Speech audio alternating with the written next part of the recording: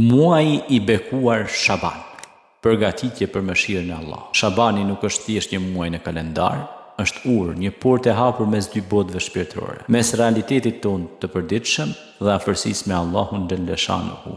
Para tij që ndron Rexhepi, muaji i lutjeve dhe pendimit. Pas tij vjen Ramazani, muaji i agjerimit, i mëshirës dhe i faljes. Por Shabani është koha e përgatitjes, e pastrimit e njoftimeve hyjnore. Pejgamberi Muhammed a.s.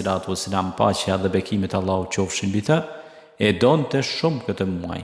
Ai agjeronte shpesh në të, lutej më tepër dhe ja mësonte umetit një të vërtetë të thellë. Është muaj për cilin shumë njerëz janë të pakujdesshëm, sepse shpesh njeriu e kalon Shabanin si çdo muaj tjetër. Por ata që e kuptojnë, e dinë, këtu fillon ndryshimi. Kuptimi i Shabanit. Mjet ndrohen një orë rëre që zbraz. Njerëzit pra reflektojnë në këtë orë që vjen të këtij muaji që është muaji Shaban. Fjala Shaban vjen nga rrënjët arabe që tregon ndarje, përgatitje, orientim drejt një qëllimi në këtë muaj. Në këtë muaj ngrihen veprat tona të vitit. Zemrat sprovohen, besimtarët janë të përgatitur, qëllimet pastrohen. Një hadith të saktë pejgamberi alayhis salam tha: në këtë muaj ngriten veprat te Zoti i botëve. Unë dua që veprat e mia të ngrihen ndërsa jam në adhurim.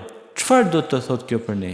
Do të thotë mos e lë zemrën pa u zgjuar, mos e lë shpirtin në gjumë, mos prit Ramazanin i pa përgatitur, si një ulli që ujitet para se të vijë pranvera. Ashtu dhe shpirti ka nevojë për Shabanin. Çfarë duhet të di për muajin e bekuar Shaban? Agjerim vullnetar. Pejgamberi alayhis salam agjeronte shumë ditë në Shaban.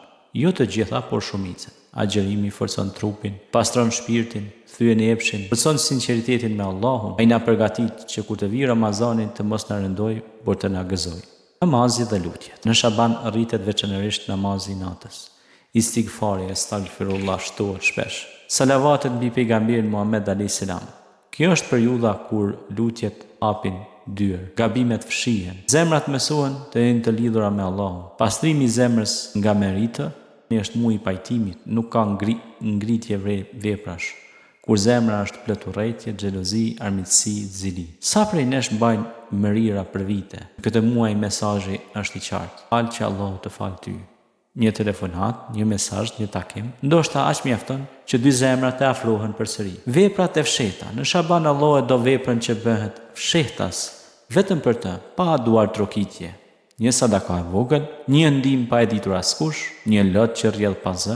Këto janë margaritarët e Shabanit. Një mesazh i thellë shpirtëror që na përjetojmë pranë këtë muaj është kur ne i bëjmë veprat që na duken në shikim të parë të vogla, por kanë peshë shumë të madhe të Krijuesit. Shabani të pyet: kush je ti para Allahut? Me çfarë vepre do të takohesh nesër? Çfarë dëshiron të ndryshosh para Ramazanit? Nuk ka njeri pa gabime, nuk ka njeri pa plagë, por ka dyert që nuk mbyllen kurrë. Dera e pendimit. Në Shaban kjo derë duket më pranë. Pendohu, kthehu, lutë Allahun për udhëzim, për mëshirë, për një Ramazan që ta ndryshojë jetën.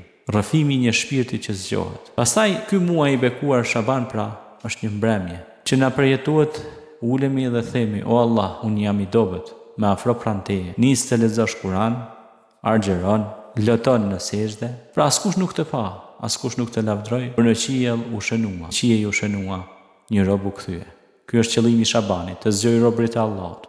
Dita e mesme e Shabanit është përmendur nga dietarë të ndryshëm. Nuk duhet të teprojmë, nuk duhet të shpikim pra adhurime, por është natë e dobishme për lutje, istighfar, reflektim. Sa dietarë kanë thënë, në këtë natë Allahu i shikon robërit e tij dhe fal atyre që kërkojnë falje, me një kush zemra pa urrëtie, besim i pastër. Shabani si urë drejt Ramazanit. Nëse Shabani është i gjallë, atëherë Ramazani bëhet dritë. Nëse Shabani është i vakët, Ramazani na duket i rënd. Prandaj dietarët thonë, kush e nderon Shabanin e ndjen emelsinë e Ramazanit. Le të fillojmë të lexojmë çdo ditë pak Kur'an, të agjerojmë disa ditë, të bëjmë istighfar, të pastrojmë zemrat, të vendosim që Ramazani këtë vit mos jetë si vitet e tjera. Muaji Shaban është një thirrje.